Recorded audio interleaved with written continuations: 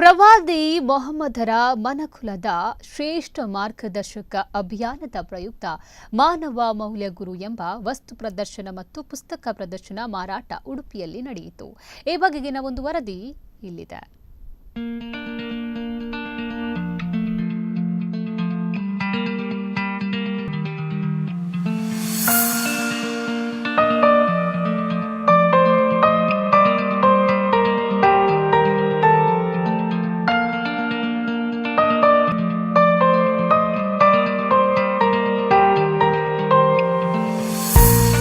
ಪ್ರವಾದಿ ಮೊಹಮ್ಮದರ ಮನುಕುಲದ ಶ್ರೇಷ್ಠ ಮಾರ್ಗದರ್ಶಕ ಅಭಿಯಾನದ ಪ್ರಯುಕ್ತ ಮಾನವ ಮೌಲ್ಯ ಗುರು ಎಂಬ ವಸ್ತು ಪ್ರದರ್ಶನ ಮತ್ತು ಪುಸ್ತಕ ಪ್ರದರ್ಶನ ಮಾರಾಟ ಉಡುಪಿಯಲ್ಲಿ ನಡೆಯಿತು.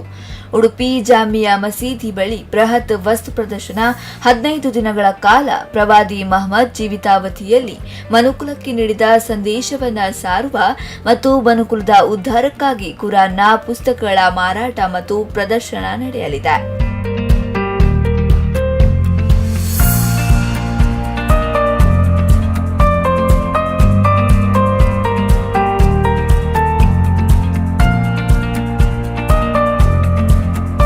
ಪ್ರದರ್ಶನವನ್ನ ಹೊಸ್ಮಾರು ಮಠದ ವಿಖ್ಯಾತಾನಂದ ಸ್ವಾಮೀಜಿ ಉದ್ಘಾಟಿಸಿ ಎಲ್ಲಾ ಧರ್ಮಕ್ಕಿಂತ ಮಾನವ ಧರ್ಮ ಶ್ರೇಷ್ಠವಾದುದು, ನಮ್ಮೊಳಗೆ ಸಹೋದರತೆ ಶಾಂತಿಯನ್ನ ಕಾಯ್ದುಕೊಳ್ಳಬೇಕಾಗಿದೆ. ನಮ್ಮ ಧರ್ಮದ ಆಚಾರ ವಿಚಾರ ನಮ್ಮ ಮನದೊಳಗೆ ಮತ್ತು ನಮ್ಮ ಮನೆಯೊಳಗೆ ಇರಲಿ. ಇತರ ಧರ್ಮೀಯರನ್ನ ಸಹೋದರತೆಯಿಂದ ಕಾಣುವುದು ಮಾನವ ಧರ್ಮ. ಇದನ್ನೇ ಪ್ರವಾದಿ ಮಹಮ್ಮದ್ರು ಬೋಧಿಸಿದ್ರು ಎಂದು ಅಭಿಪ್ರಾಯಪಟ್ಟರು. ಹುಟ್ಟುವಾಗ ತಾನು ಯಾವ ಜಾತಿ, ಯಾವ ಧರ್ಮ, ಯಾವ ಪರಂಪರೆ ಅಂತ ಅವನಿಗೆ ಗೊತ್ತಿರೋದಿಲ್ಲ. ತಾನು ಬೆಳೆದು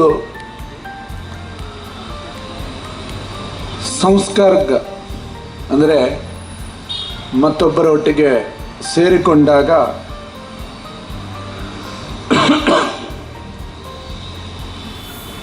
ಒಳಿತು ಕೆಡುಕುಗಳ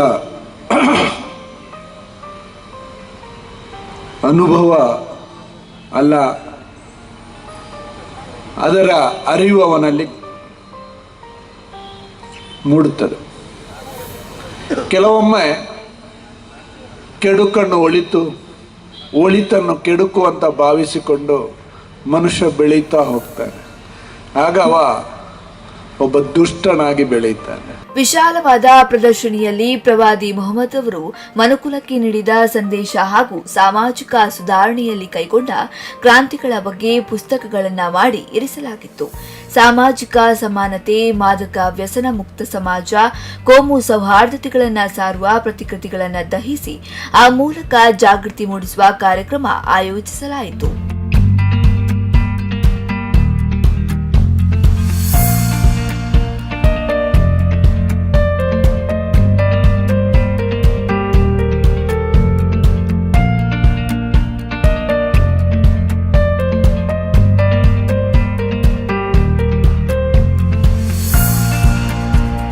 ಕುರಾನನ್ನು ಸುಲಭವಾಗಿ ತಿಳಿಯಲು ಕನ್ನಡದ ಕೃತಿಗಳ ಮಾರಾಟ ಹಾಗೂ ಪ್ರದರ್ಶನವನ್ನ ಆಯೋಜಿಸಲಾಗಿದೆ.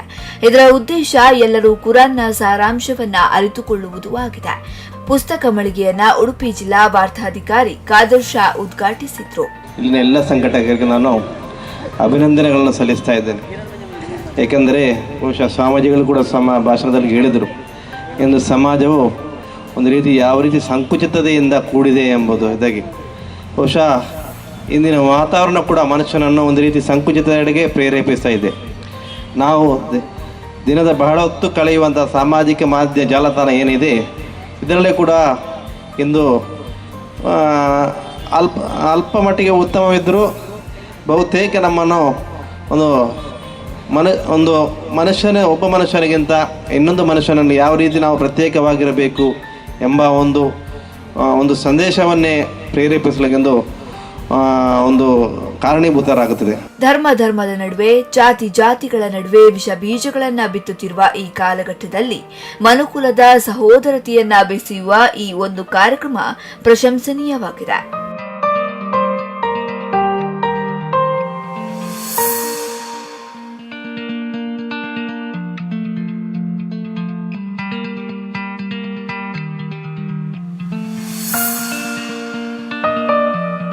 ಈ ಮೂಲಕವಾದರೂ ಸಮಾಜದಲ್ಲಿ ಶಾಂತಿ ಸೌಹಾರ್ದತೆ ಮೂಡಿಬರಲಿ ಎಂಬುದು ಎಲ್ಲರ ಆಶಯ.